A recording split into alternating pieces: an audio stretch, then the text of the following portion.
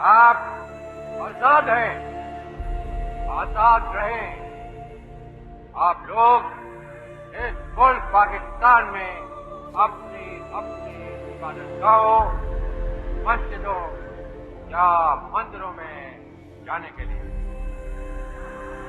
आपका मजहब क्या है, जात क्या है, कौम क्या है, इसका हुकूमत के मामलात से कोई ताल्लुक नहीं।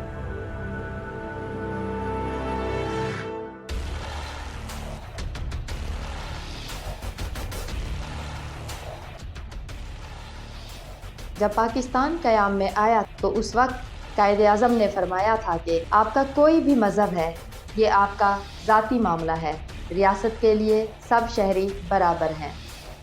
अगर हम उस वक्त पे नज़र डालें तो ईदें सबकी साझी थीं, होली के रंगों में सब रंगते थे, क्रिसमस का त्यौहार सब के लिए खुशियाँ लाता था।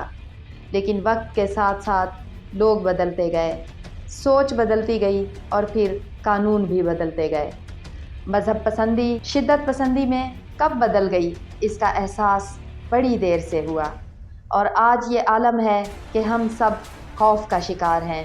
हर गैरतमंद मुसलमान आज सरापा एहतजाज है और ये सवाल कर रहा है कि इस औरत को किस कानून के तहत आप प्रोटेक्शन देना चाहते हैं।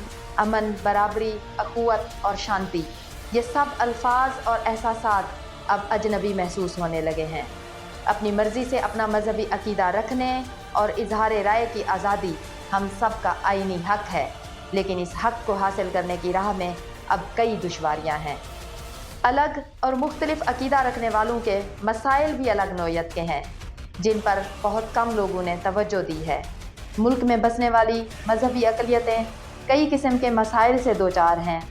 मजहबी अक़लियती अफराद से कई शिद्दत पसंद लोग गैर इंसानी सलूक करते हैं, उनको मुकम्मल इंसान का दर्जा देने से कतराते हैं, उनको काफिर काफिर कहकर नफ़रत का इजहार करते हैं और उनसे मंसूब हर चीज़ को हराम करार देते हैं। तो हमारे जो बच्चे हैं मिनारिटी के, वो बागड़ी कम्युनिटी के, जो कहीं स्कूल में जाते हैं तो वहाँ एक नफ़रत के अंदाज में देखे जाते हैं। जिस बर्तन में वो खा लें वो हराम, जिस जगह बैठ जाएं वो हराम। कई दफ़ा तो बाकायदा दुकानों मकानों के बाहर लिख दिया जाता है कि फ़लाँ मज़हब के लोगों का यहाँ दाखिला ममनू है। अजीब अधेर नगरी है। मजहबी अक़लियती बरादरी की कम उम्र और मासूम बच्चियों के ज़बरदस्ती मज़ाहिब की तब्दीली और शादी के वाक़यात आज भी रौनमा हो रहे हैं।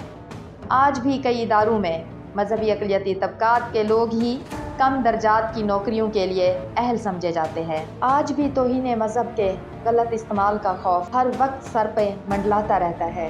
कायनात सारी के मसाइल अलग हैं और ये मसला अलग है नामूस रिसालत का कि इसकी मुआफ़ी सिर्फ गर्दन मार देना है और फांसी कर दे देना है।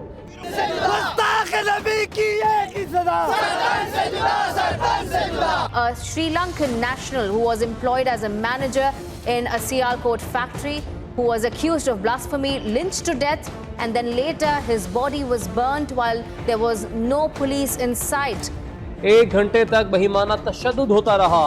फैक्ट्री गार्ड्स ने कुछ किया, ना ही पुलिस बुलाई गई। फैक्ट्री मालिकान के रवैये पर तशवीशनाक सवालात उठ गए।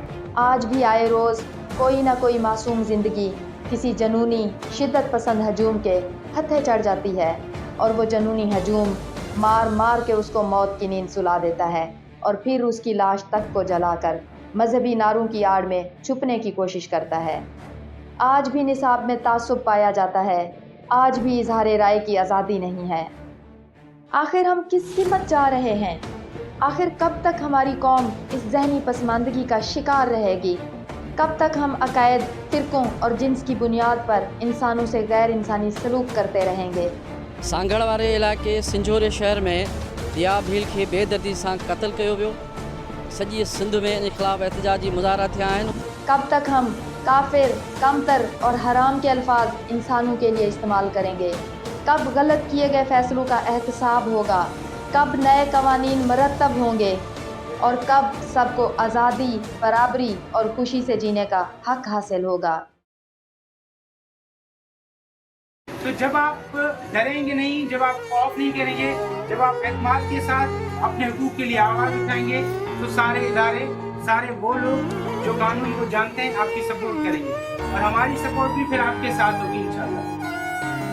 इस सूरत हाल को मद्देनज़र रखते हुए लीगल एड सोसाइटी और national commission for human rights ने मिलकर मजहबी अक़लियती तबकात के हकूक़ के हसूल के लिए कई काविशें की, जिनमें रिसर्च, एडवोकेसी, लीगल एड और एडवाइजरी शामिल हैं।